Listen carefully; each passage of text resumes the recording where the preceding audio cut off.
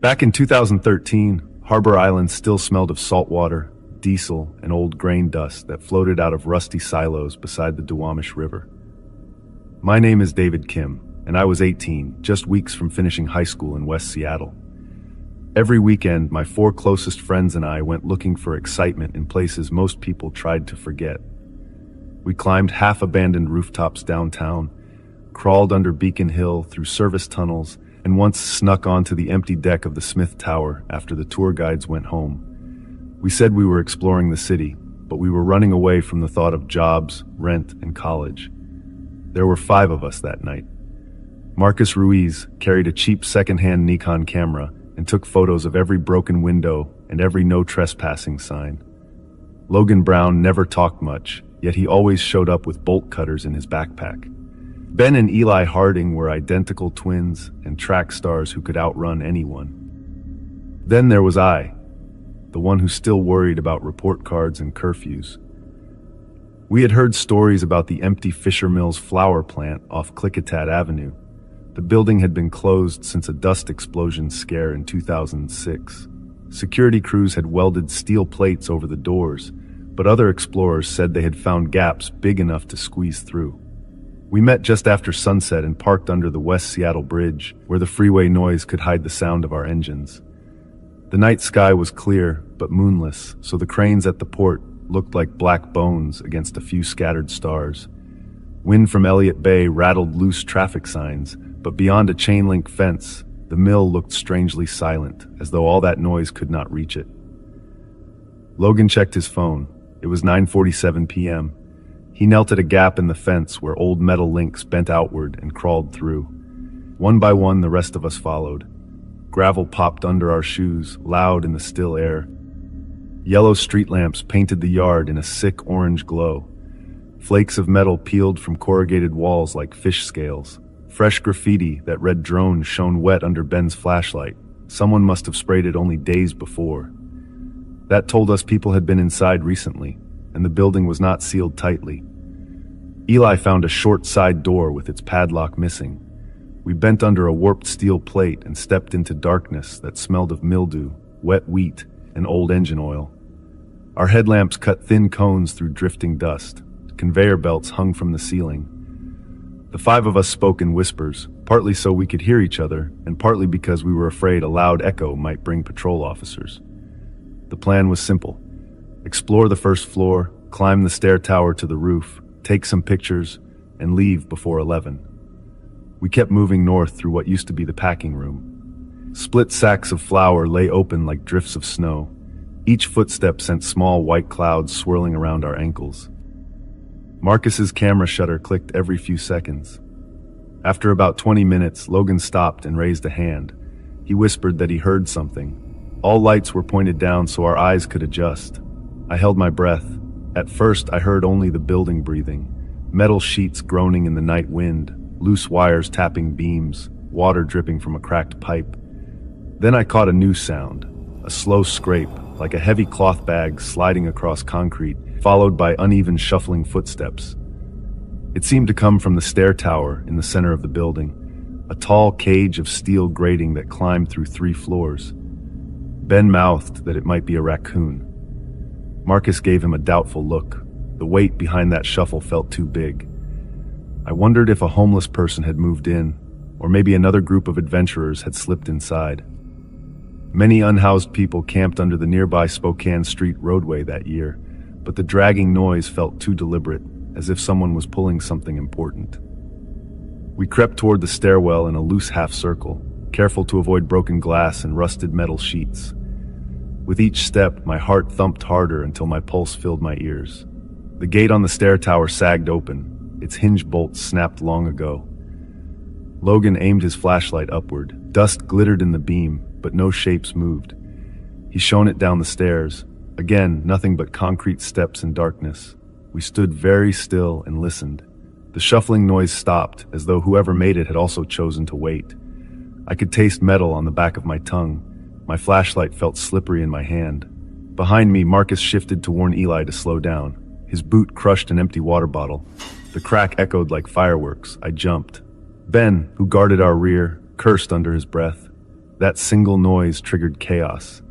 A scream erupted from the dark below us. It was deep, longer than any normal shout, and shook the hollow stair tower so hard my ribs vibrated. The voice sounded like an adult man, but it was so raw that it almost did not feel human. Reflex took over. Logan sprinted first, turning back toward the exit we had used. The twins followed with athletic speed, barely touching the floor. Marcus grabbed my sleeve and yanked me along before fear locked my knees. We fled across the packing room. Cloud after cloud of flour dust burst under our steps, making the concrete slick and ghost white. I slipped, caught my balance, and kept running. At the side hatch, the cold air slapped my cheeks and woke a sharper fear. Outside, the scene had changed. A small crowd, maybe 10 people wrapped in layers of sweaters and sleeping bags, now stood between us and the open yard. Harbor Island's homeless camp must have shifted here while we were inside. Their eyes reflected our lamps like mirrors. No one said a word, and no one tried to stop us. We threaded through them, too scared to apologize, focused only on reaching the fence.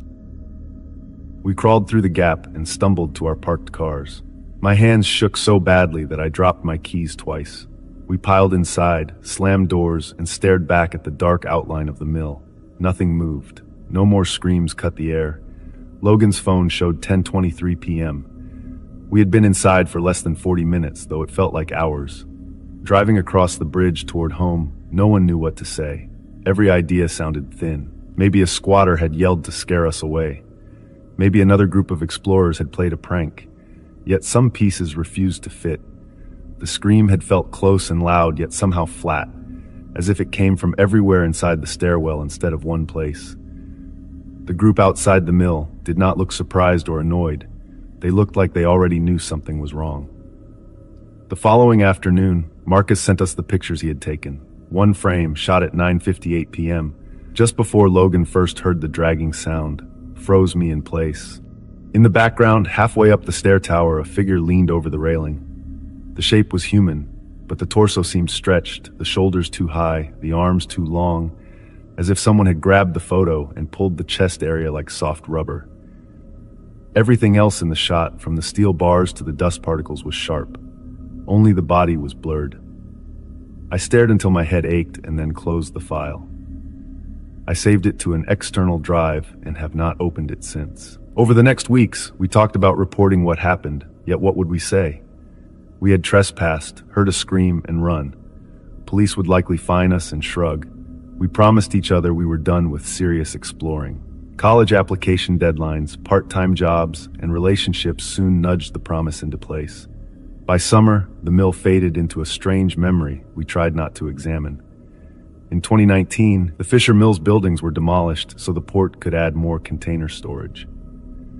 When I first saw the empty concrete pad, I felt relief. No one, human or not, could hide there anymore.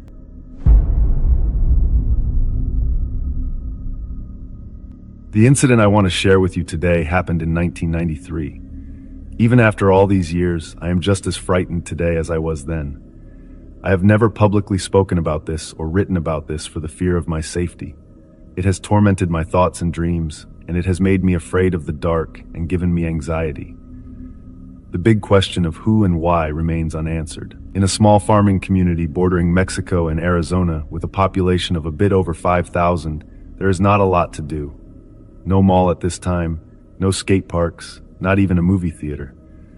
On this particular day, the weather was beautiful, sunny, and cool, and I did not want to be stuck at home all day, so I drove my mom to work in a nearby town and promised to be on time to pick her up from work at 5 p.m.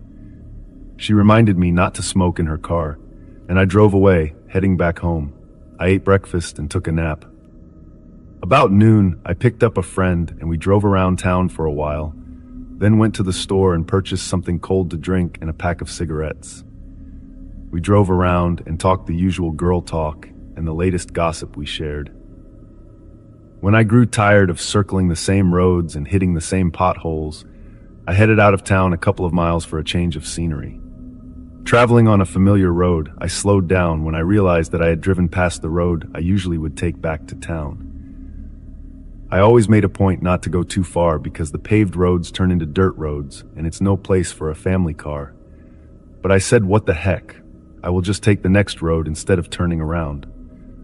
We both scoped out the unfamiliar area, a huge eucalyptus tree and a house of some kind I had never noticed. The closer we drove, it appeared to be abandoned with the door flung open and windows busted out. Nothing at all about places like this appealed to me, but my friend is shouting, "Pull over there now!" And I'm trying to talk her out of it, saying, "No way, we are stopping." I do not like places like that. She is nagging. Let's see what they left when they moved. Realizing that she was not going to shut up, I reluctantly slowed down and turned into the overgrown driveway. She jumps out to curiously look inside the house. I turn off the car and get out to smoke a cigarette. I yell to her to hurry. I will be waiting by the car. She calls me a chicken shit. I don't care. I finish my smoke, pacing back and forth, anxious to leave. I noticed how overgrown with weeds and brush the yard had become over what looked like many years left unattended. I wander around a bit, checking out what little was left of this old, beat-up wooden trellis with dead thorny branches all twisted and woven through it. A glimpse of animal fur caught my attention, and I looked closer and noticed what appeared to be a dead coyote hanging from one of the many branches. Dried blood dripped from it, and it looked as though it had been there a while.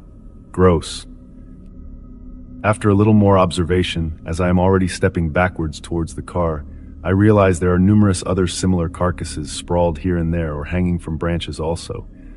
Some were pelts, and others were the entire animal. I got the creeps with all these dead eyes staring at me. I had seen enough. I yell, "Let's go now." I jump in the car and yell again. "Get in." I loaded up with what I thought our household needed, and we met at the register. "We are never doing this again," she said as she wrote a $300 check. After arriving home, we put away the groceries, and I took a long shower, dried my hair, and dressed to go out for the evening.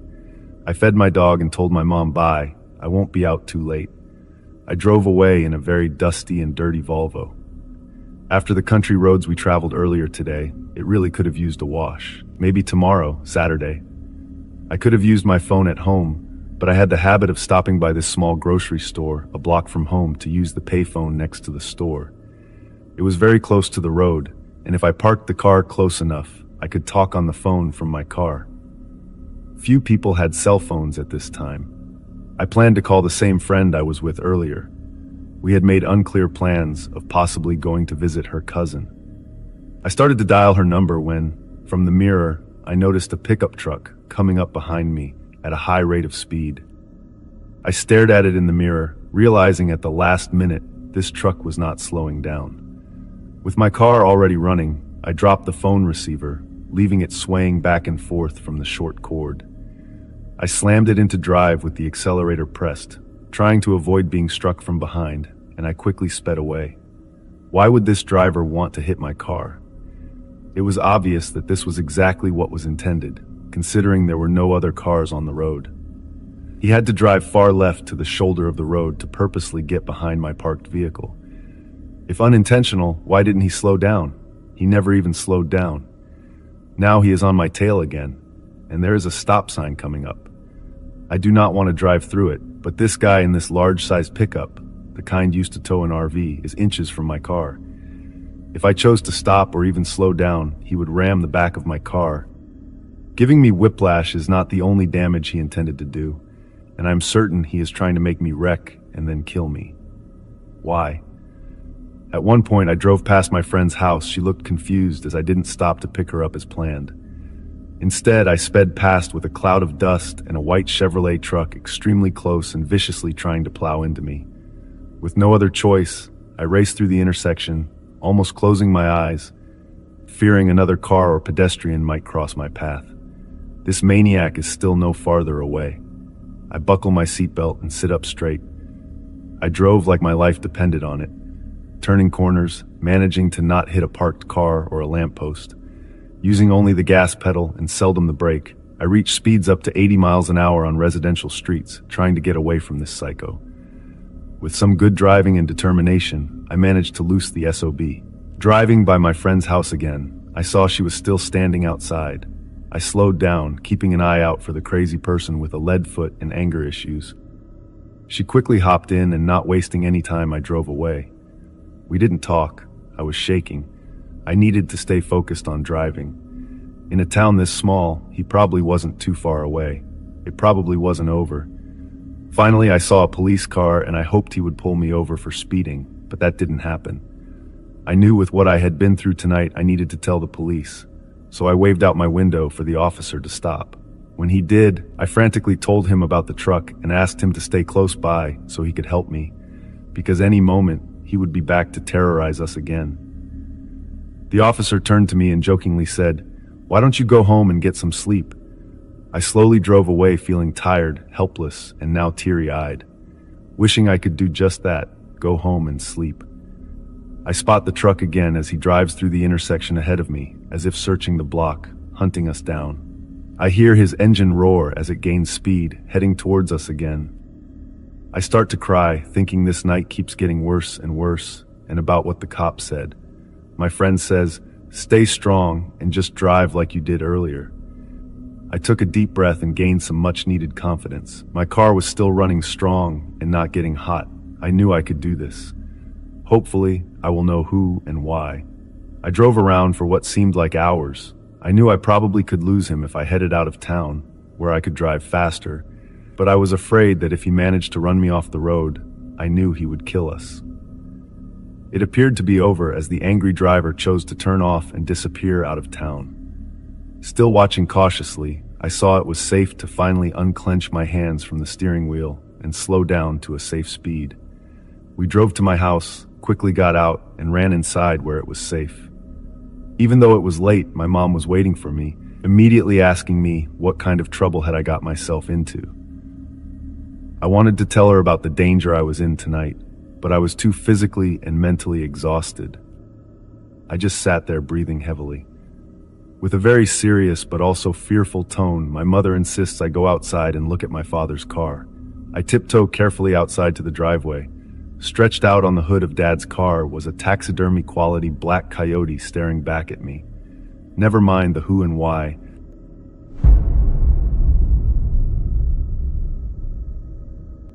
I've only been brave enough to try urban exploration once. Well, technically twice. But it was the same place both times. Thinking back, I'm not even sure why we chose to do it. Probably boredom mixed with youthful bravado. Back in 2018, I was living in Charleston, West Virginia. My apartment building stood across from an abandoned motel called the Mountain View Inn. It had closed years before after reports of mold and safety violations, and eventually it became a hotspot for graffiti artists and local teenagers looking to scare themselves. It was early October when my friend Dave came over one night. We had just finished a couple of cups of tea while watching a movie, and around midnight, feeling restless, we stepped out onto my balcony. The Mountain View Inn loomed right across the street, boarded up windows and doors casting odd shadows beneath the pale orange glow of the streetlights. Dave jokingly suggested we check it out, and surprisingly, I agreed without hesitation. Maybe it was the tea giving me confidence. We crossed the empty street quickly, hearts already starting to race as we approached the dark building. We walked quietly around the property first, stepping carefully through patches of tall weeds that had pushed through cracks in the asphalt. It felt strange standing near something so forgotten and abandoned, yet still very much present in the heart of town. The motel rooms faced outward, each door accessible from the outside, like a classic roadside motel. Most rooms had their doors open or missing entirely. We stepped inside one room, using our phone flashlights to peer around. The air was heavy with mildew, and I spotted the unsettling sight of discarded syringes and used condoms scattered on the floor. Graffiti marked the walls, bizarre messages that made me uneasy. We decided to move on. We checked another room, finding similar disrepair. Furniture overturned, mattresses ripped apart, and the same lingering odor of rot. Nothing surprising, but definitely unsettling enough for us to consider heading back. Dave, however, wanted to see the lobby. Reluctantly, I followed him toward the lobby building at the center of the complex. Unlike the rooms, it was more securely boarded, but a side entrance had been partially pried open, leaving just enough space to squeeze through. Dave went first, and I followed closely behind, heart now thumping in my chest. Inside, our footsteps echoed across the empty tile floor. It was colder here, darker, with only small beams of streetlight seeping through gaps in the boards. We paused briefly to let our eyes adjust. Then, just as I was starting to relax, my gaze caught something in the shadows across the room. Standing near the reception desk, partially hidden by darkness, was a tall figure. I froze instantly, my heart nearly stopping. Dave also noticed and went stiff beside me. We stood there, neither of us daring to move or speak. The figure was absolutely motionless, but I could make out a shape clearly. A man watching us silently from the shadows. My adrenaline surged, and suddenly the room felt very small. After what felt like an eternity, but was likely only seconds, Dave whispered urgently, "We need to go." Without another word, we turned and bolted out of the building. I didn't look back, convinced the man would chase us, but nothing happened. We sprinted across the street, stumbling up the stairs to my apartment, locking the door behind us. We spent hours nervously peering out the window, watching for any movement, but the street stayed quiet. Eventually, exhaustion took over, and we fell asleep, agreeing never to go back. Days passed, and the experience slowly faded into something we joked about rather than feared. One sunny afternoon, Dave came over again, and our conversation inevitably circled back to the motel. He laughed about how cowardly we'd been, scared off by some squatter. Encouraged by daylight and feeling ridiculous about our fear, we agreed to revisit the lobby, just for closure. It seemed harmless enough now. When we got there, everything looked exactly the same as it had that night. Cautiously, we stepped back inside the lobby through the same narrow opening. Sunlight streamed through cracks, making the place less threatening. My eyes immediately went to where we'd seen the figure. It was still there, standing in the same position by the desk. But now, clearly illuminated by daylight, we saw the truth. It wasn't a man at all. It was a cardboard cutout, one of those promotional displays hotels sometimes used, advertising their website and online bookings. Relief washed over us, followed by laughter at our own foolishness. We had been terrified of a cardboard man. Shaking our heads at our paranoia, we turned to leave, ready to put the experience completely behind us. But just before stepping outside, something caught my eye. A shadow moving quickly past one of the boarded windows at the back of the lobby. My laughter died instantly, and my breath caught sharply. Dave noticed my sudden silence, following my gaze to the same window. "Did you?" He started to ask, but I nodded before he finished. We stood silently, waiting and watching, but nothing else moved. Eventually, we convinced ourselves it was just our imagination playing tricks again. We left quickly, but as I looked back one last time at the motel, a chill settled deeply into my chest. A question nagged at me, one I never voiced to Dave. If we had mistaken the cardboard figure for a man in the dark, then who or what had actually moved behind the window?